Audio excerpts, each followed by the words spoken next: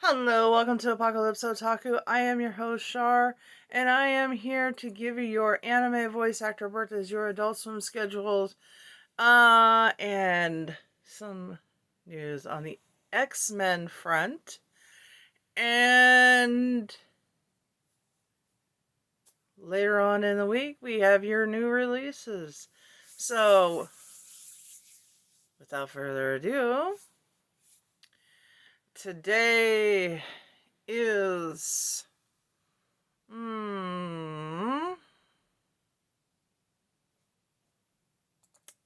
Let's see, today is the 26th. Tuesday, the 26th. And it is Rico Fajardo's birthday. Happy birthday. Hope you are having a happy birthday or have had a happy birthday. And moving on to the X-Men, or shall we say X-Women? Marvel's, this is on CBR.com if you want to take a look at it. It's entitled Marvel's First MCU X-Men Movie Doesn't Need Men. There are other options. The mutants may be rebranding their iconic name in order to become more inclusive, leaving many future possibilities for the X-Men of the MCU. The X-Men brand name has been in talks to potentially drop the men from the iconic team name for the Mutants MCU debut in order to be more socially inclusive. Recent comments have suggested that X-Men is an outdated group name since many of the X-Men team members are women. While a radical change, such as rebranding the classic comic book, remains to be seen. Let's speculate the options Marvel could take if they were to embrace a more universally progressive title. In broadening the horizons beyond the men of X-Men, the first element to recognize is undoubtedly the female characters. From its 1963 debut issue, the classic comic had always featured Marvel Girl, aka Jean Grey, as part of the starting roster. But the 1970s saw a surge of female characters, including Storm, the series' first African American woman, as well as Kitty Pryde, the comic's first Jewish female. Of course, it was the 1976 Dark Phoenix saga that formed Jean Grey into one of the most powerful mutants of the franchise, and nearly unmatched since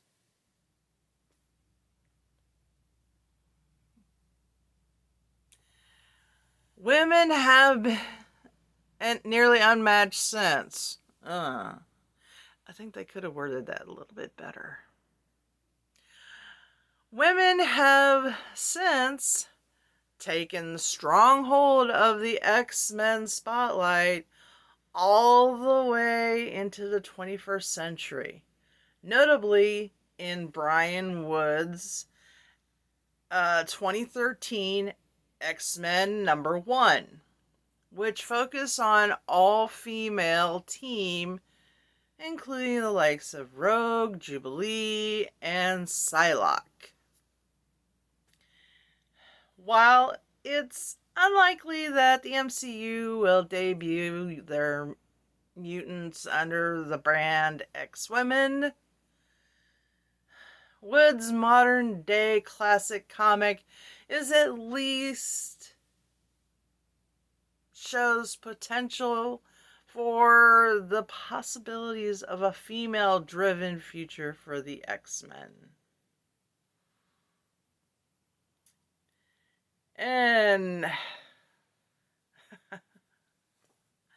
oh, this is going to be funny. Another direction the franchise could take would be in the more universal sense, as seen with the team XForce. Originally debuting in 1991, XForce didn't make a big splash until Rick Remender's Uncanny X-Force, the 2010 comic that saw Deadpool and pals span the multiverse until a more broad group of lesser-known mutant fugitives. The X-Force team was revamped for the 2018 Deadpool film. And although mostly embraced for slapstick, the group brought a fresh sense of diversity that had been lacking from the X-Men, which is true. Between Domino and Negasonic Teenage Warhead, X-Force opened the doors for multiracial and LGBTQ friendly characters. Given the enormous success of Deadpool's second outing, the X-Force very well could be the way to the way of the future if the mutants do end up rebranding.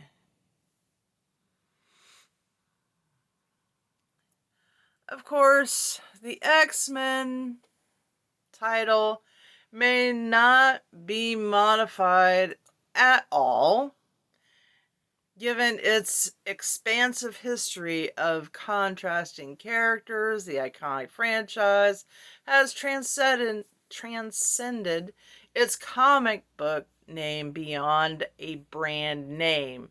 It has remained a statement for all types of individuals coming together as a team despite their differences. Part of the uniqueness of the X-Men is the bonding of multiple races and genders under the same household name. But even despite the iconic franchise title, characters like Wolverine and Deadpool have proved with their solo outings that these films can still earn massive achievements without relying on the X-Men title. So does the franchise ultimately even need it to, in order to thrive? I would think if you put MCU on anything, more than likely it's gonna, succeed. The future of the mutants in the MCU still looks cloudy. That's because they haven't brought him out yet. But with Marvel Studios head Kevin Feige reportedly agreeing that the name X-Men is old-fashioned and not progressive enough, the title could most likely be phased out over time, but not without roping in the fans first. Given the affiliation with the name, the X-Men title will probably appear in the first entry of the new franchise. But as the sequels progress, the films will presumably adapt and evolve into something else. Be it X-Force, X-Team, or X something brand new. With the current introduction of the multiverse in the MCU, perhaps fans will have the best of both worlds and will be able to witness the union of an old world of mutants with that of a new. Until that time comes, the X-Men brand will continue to represent some of the most diverse and extraordinary characters in the history of comic books.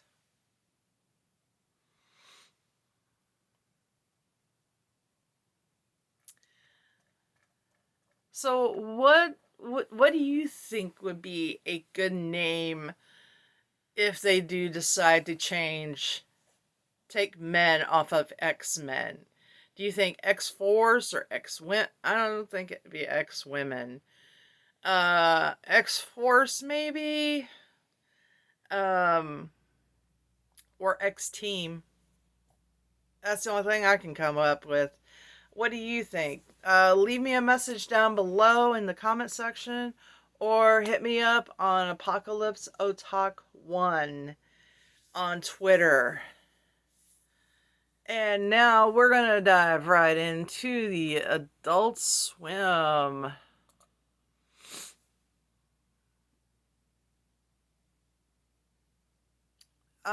Starting at 9 o'clock, we have Bob's Burgers. 10 o'clock, we have American Dad. 11:30, Rick and Morty. At midnight, you have Robot Chicken. 12:30, Aqua Teen Hunger Force. 1 a.m., The Venture Brothers. 1:30, Rick and Morty. 2:30, Robot Chicken. 3 a.m. is going to be Aqua Teen Hunger Force. And 3:30 is going to be The Venture Brothers. 4 a.m., Tim and Eric's Bedtime Stories. 4:30, Home Movies.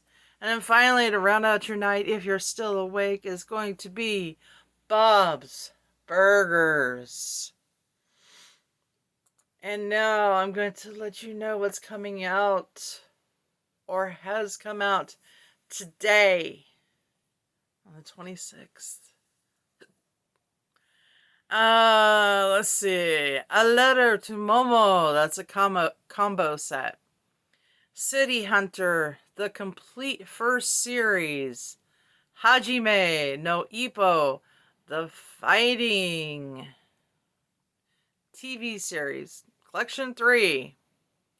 Higurashi, When They Cry. GOU, Part 1. Well, Season 1, Part 1. Sorry. Lupin the Third, Part 5, Episodes 1 through 24, plus OVA of Season 5. The Melancholy of Haruhi Suzumiya, Seasons 1 and 2. Mobile Suit Gundam Iron Blooded Orphans, Complete Series. Sergeant Frog, Season 1. Shaman King, Original Series. And that one that's coming out Shaman King, you can only get it in English dub. She, the ultimate weapon. Venus Wars. And then finally, Wandering Witch, the journey of Elena. If you guys aren't subscribed, please do so now. Hit that subscription button, ring that bell, and give us a thumbs up if you like what we're doing. And also, tell your friends that like anime or like the MCU, and tell them to look us up and find us and watch us, because you never know what we're going to talk about from one day to the next. So on that note, I'll see you guys tomorrow, next video.